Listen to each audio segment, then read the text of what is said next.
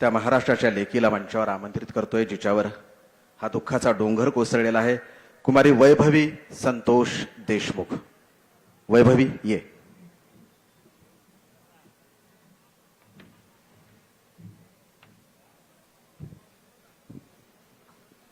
आज देशमुख कुटुंबाला न्याय मिळावा म्हणून आज तुम्ही सर्वजण आमच्या एक कुटुंब म्हणून सोबत आहात.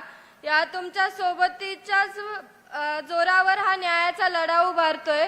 पण आज मी एक सांगू इच्छिते, ही घटना झाल्याच्या दिवशीपासून मनोज दादा हे त्या घटनेच्या दिवशीपासून आमच्या सोबत आहेत. त्यांनी या लढ्यामध्ये साथ दिली, पण त्यांची तब्येत ठीक नसताना ते एकही दिवस आराम न करता ते या लढ्यामध्ये सोबत आहेत. या लढ्यामध्ये ते आजही त्यांची तब्येत ठीक नसताना आलेत मंचावरती. पण त्यांचे हे उपकार समाज कधीच विसरणार नाही. माझ्या वडिलांची जी हत्या झाली आहे ती खूप क्रूरपणे झाली आहे. मला एवढंच वाटतं की जे आरोपी आहेत त्यांना कठोरात कठोर शिक्षा ही झालीच पाहिजे. आज माझे वडील आपल्यात नाही आहेत, पण त्यांचे विचार हे आपण कायम जपू. त्यांच्या नावापुढे स्वर्गवासी लावायलाही आज आम्हाला म्हणजे माझ्या कुटुंबियांना, मला गावकऱ्यांना आज खूप दुःख होते.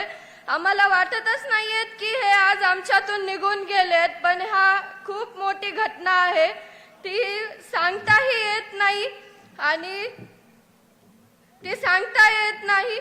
म्हणजे आम्ही तर आज त्यांची वाटच बघतोय. पण आमच्या घरचा जो कुत्रा राजू आहे तो सुद्धा प्रत्येक गाडीच्या मागे पळत जाऊन त्याला वाटतं आपले अण्णा आले, तो प्रत्येकाच्या गाडीमध्ये मागे पळतोय. तोही त्याचे अण्णा सगळीकडे बघतोय, तो अण्णाला शोधतोय.